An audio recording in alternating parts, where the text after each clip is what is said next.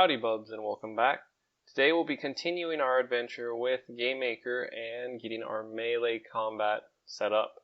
And we're going to go ahead and add in a variable for our item where they have or has melee.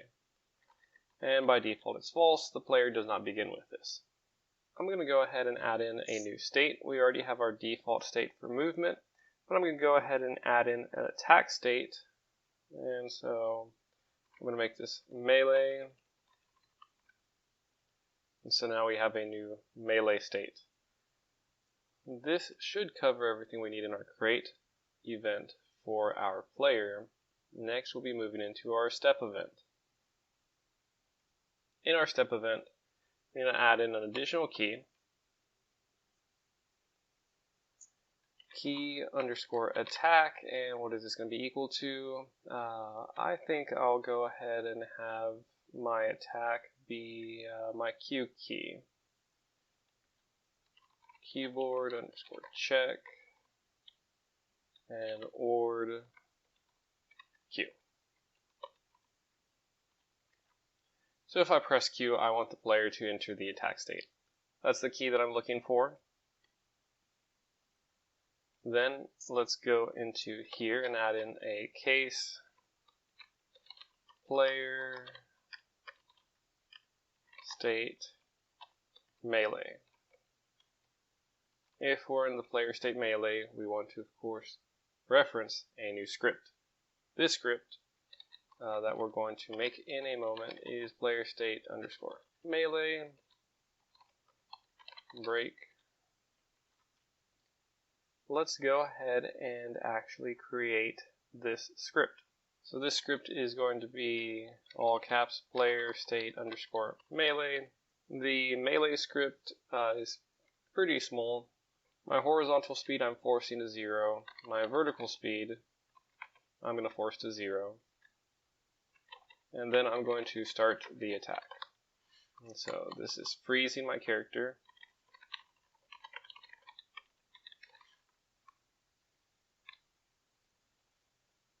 Start the attack, and if instance underscore exists of our O weapon,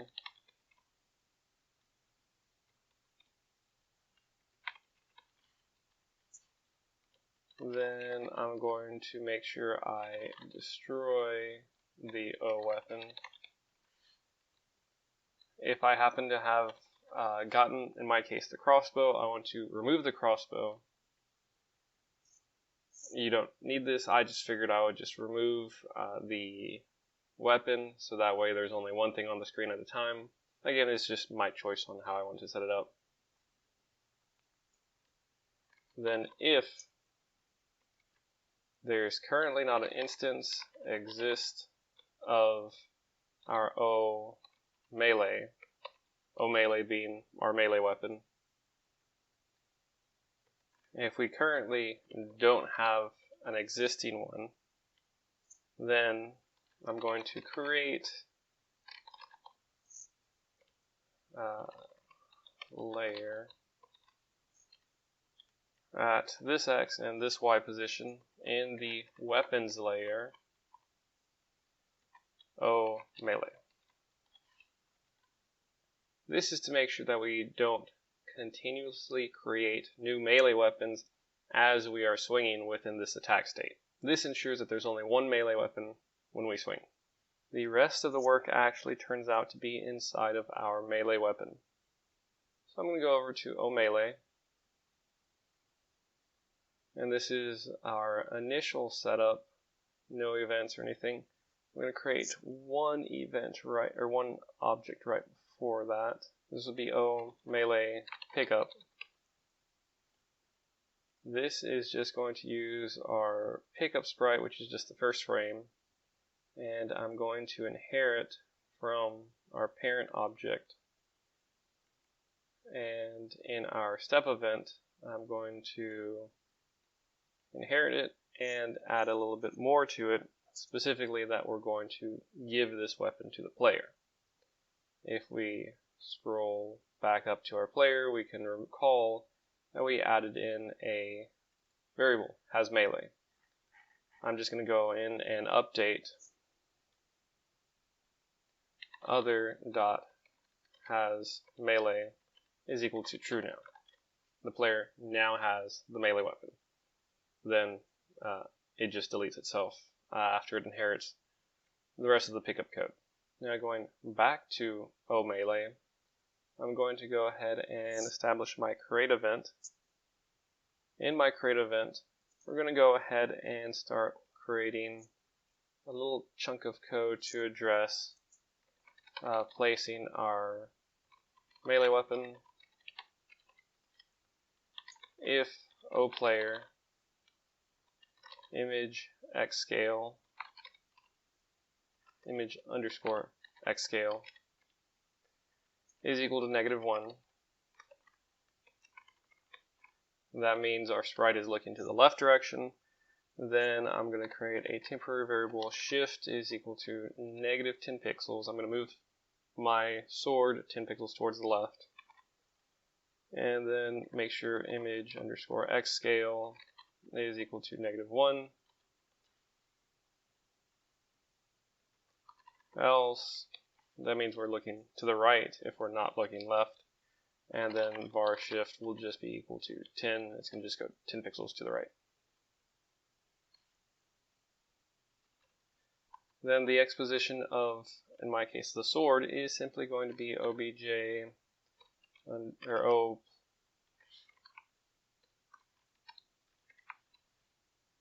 And then the exposition for the sword is simply going to be player.x plus whatever my shift is. Y is simply going to be player.y. I'm not going to modify it. You can modify it in your case depending on what you want. And then we're going to create a data structure list, hit by attack, and set this equal to data structure underscore list underscore create. So this is going to create for us a data structure so we can keep a track of who we are hit. Then I'm going to go ahead and create our step event. Our step event is going to be perhaps the most complicated in here. We're going to go ahead and have an animation end event as well as a cleanup event. Let's go ahead and go back to step and maximize this.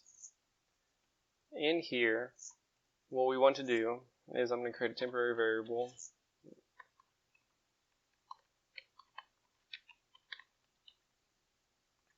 In here, we're going to go ahead and focus on actually performing the attack. So var hit by attack now is going to be a separate data structure list. Var hits is going to be equal to instance underscore place list. And what this is going to check is at this X and Y position, are there any enemy players? And in this case, I have our enemy object. Oh no, we just have the enemy sprite. Oh, enemy.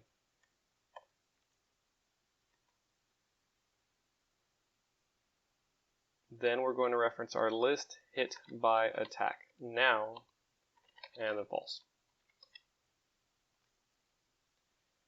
With this, we're going to check if at this position our sword makes contact with any enemy objects. If it does, it's going to place it into the list. This just checks if it's ordered. We don't need to care about that. Once we have that, if we have any hits at all, hits is greater than 0. In here, we're going to check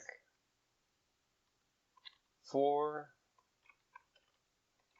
var I is equal to 0, while I is less than hits, I plus plus. We're going to create hit ID to keep track of what we just are looking at. We're essentially going to go through step by step and look at everything we have hit and deal attack damage to it appropriately. However, the way the animation works we are actually going to be hitting something multiple times simply because every frame that it makes contact is actually going to count as a collision. What I have to do here is check first, if I hit it at all, I place it inside of my list. Then I check, okay, I've placed it inside this list. Have I hit this thing before? If I have not hit this thing before, it is not found in our list, -1 for finding the index, then ds list add, I add into my hit by attack, and then this specific item. So if this enemy is found in our list and it has not already been put into my list that I created in the create event, that means this is the first time we have hit this specific enemy. Then with this hit ID, with this specific enemy that I'm hitting, right now I'm just going to instance underscore destroy this enemy. Later on, we're going to add more code to actually deal damage and other stuff. So this is hitting enemy and dealing damage. And that actually addresses all of that. The last thing is just to destroy our data structured list. Our data structures can end up taking a lot of memory and causing memory leaks if we don't address it and make sure we clean up after ourselves. Which is why in this case, as soon as I'm done with this list for this step, we make sure to remove this so it does not slow down our operations. Now, we're going to go ahead into our animation end and specify what happens whenever we finish our animation. In this case, we're just going to delete melee weapon and add in ranged weapon if they have it. If instance underscore exist of O player, so long as our player exists, our O player dot state is now going to be equal to player state dot move. They're able to freely move. If O player dot has weapon, then instance underscore create underscore layer at this X and Y position in the weapons layer, O weapon, and then instance underscore destroy self. This is just to ensure that we destroy original list. We're just going to make sure that ds list underscore destroy, that we destroy our larger list hit by attack. That keeps track of everything that we've hit while the whole swing was going on. We don't want this to cause a memory leak and slow down our game. And so that sets everything up for our melee weapon. Now we just need to create the enemy and add in one line of code over into our player state move. How can we actually swing? How can we transition states back and forth? We've already addressed in the melee weapon how to get back to the free state, but how do we get to the melee state? Well, in the bottom of our player state move, if the player has melee weapon and key underscore attack has occurred, and in my case, I don't want my player to do attacks while they are jumping. I want them on the ground. That is my choice. You can remove this. It's up to you. Play around with it. Whatever you think is best. And my player is on floor.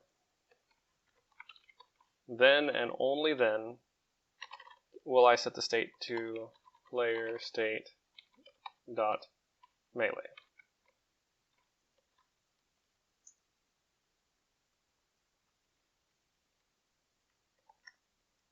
Now that we have all of this put together, let's go ahead and jump into our room.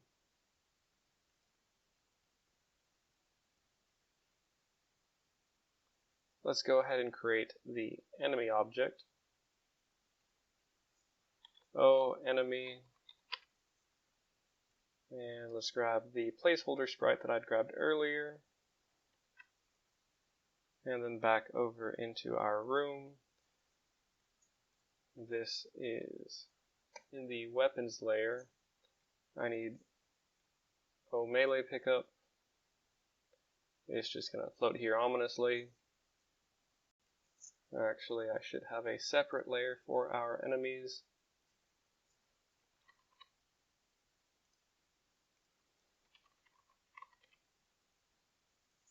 So in the enemies layer, I'll place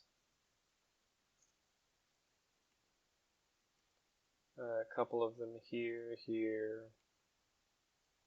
And we need to make sure our collision mask for our sprite is actually our collision mask for S melee hitbox. Then we can go ahead and jump into this, pick up our weapon, press Q, it swings just fine. And there we go, we have the collisions as we hit. I've picked up the crossbow, but if I press Q, we see the crossbow vanishes temporarily, and then this slices down just fine. Otherwise, that's all we need for melee. Again, just to recap, we went in and updated our player itself, added in a has melee variable and a melee state, added in a step event to add an additional case for our player state melee, and added in the attack key Q. We went in and updated our move state script to include if the player has a melee weapon, they press the attack key, and in my case they're also on the floor, then I allow the transition to a melee attack. Our code for the melee attack simply froze the player in place. If you want the player to be able to jump, maybe you remove this check. If I have a weapon, I destroy the weapon, and then I switch over and confirm there are no melee weapons in existence. I'll create a melee weapon to swing. Over in our actual melee weapon side, I had a melee weapon pickup. That simply set the player to have a melee weapon. And our melee weapon itself, which had the create event, which saw the creation of the code and shifted it over appropriately. You can modify with these. I'm just leaving these here as a layout so that way you know how to modify it, so that way the sprite appears where you want it to. And I created a list of what I've actually hit. Then we have our step event that goes through the process of creating a temporary list to check, okay, everything that I've made collisions with that are enemies right now are placed into this list. If I've hit anything, then I check, have I hit this before? If I have not hit it before, I place it into my hit by attack, and then with hit ID, I deal damage. In this case, I'm simply destroying it. Later on, we'll revisit this to correctly deal damage to the enemy, and then I destroy this temporary list. Then, at the end of my animation, I make sure that if the player is still alive, they switch back to the move state. If they have the weapon, I return the weapon back into existence, and then I destroy myself. Before I completely destroy myself, I make sure to destroy this data structure list so that way it doesn't cause memory leaks in the background. Then I make sure for my melee weapon, the collision mask uses our hitbox that we painstakingly built up so that way it looks nice and pretty. That's all I have for y'all today. If you have any questions or need any assistance, let me know in class. Otherwise, all of y'all have a good one. I just wanted to say thank you to all of my Patreon supporters. Shout out to my bad bubs, my top 5, my day ones. Y'all have always been there for me. Next up, my baby bubs, the next 5. I always love y'all's support. And finally, for everyone else, any little bit helps. Thank you to all my basic bubs for supporting me along my journey. If you want to continue receiving notifications, make sure to like, comment, and subscribe, and don't forget to hit that bell button.